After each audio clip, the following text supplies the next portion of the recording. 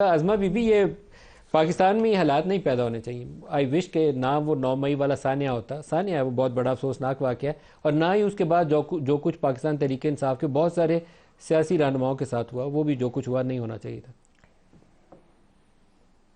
देखिए, अभी तो आपने खुद सुन लिया ना, कुरैशी साहब ने जितनी इफ एंड बट्स के साथ मजम्मत की है, यही तो मैं कह रही हूँ।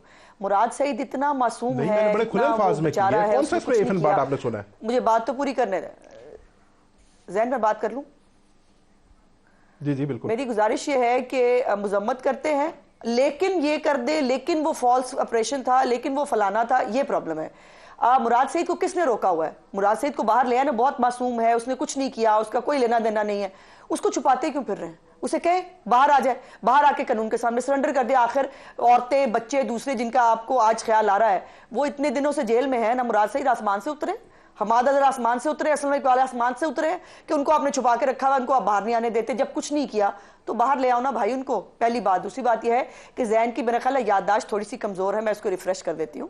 प्यारे भाई, आप किसी बात में कभी नहीं घुसे। आप तो 2014 में भी घुस गए थे, आप पीटीवी के अंदर भी घुस गए थे, आपने इस्मत जनेजो को ईंटें मार मार के मारा भी था, उस वक्त भी आपने थानों पर हमले किए थे, पार्लियामेंट पर हमला किया था। तो ये जो मासूमियत की जो आपकी वो जो है ना, ये पूरा पाकिस्तान देख चुका है। वो हर मौके के ऊपर आपको फसाद बर्पा करना है, हर मौके के ऊपर आपको लोगों के सर फाड़ने हैं, हर मौके के ऊपर कोई एहतजाज मजाल है जो ये आराम और सुकून से कर सकते हो। एक आपसे सवाल, मैं भी इजाजत, एक मिनट, मुझे बात पूरी करने दीजिए। सवाल है मेरा आपसे, मुझे बात पूरी करने दीजिए। मेरी एक इस्तदा है आपसे। आपने पीटीवी स्टेशन और पार्लियामान के ऊपर, पार्लियामान की दीवारें टूटी थी, पार्लियामेंट उस वक्त इन सेशन थी। मैं आज भी आपसे सदा करता हूँ, आज भी आपकी हुकूमत है, उस वक्त भी आपकी हुकूमत थी।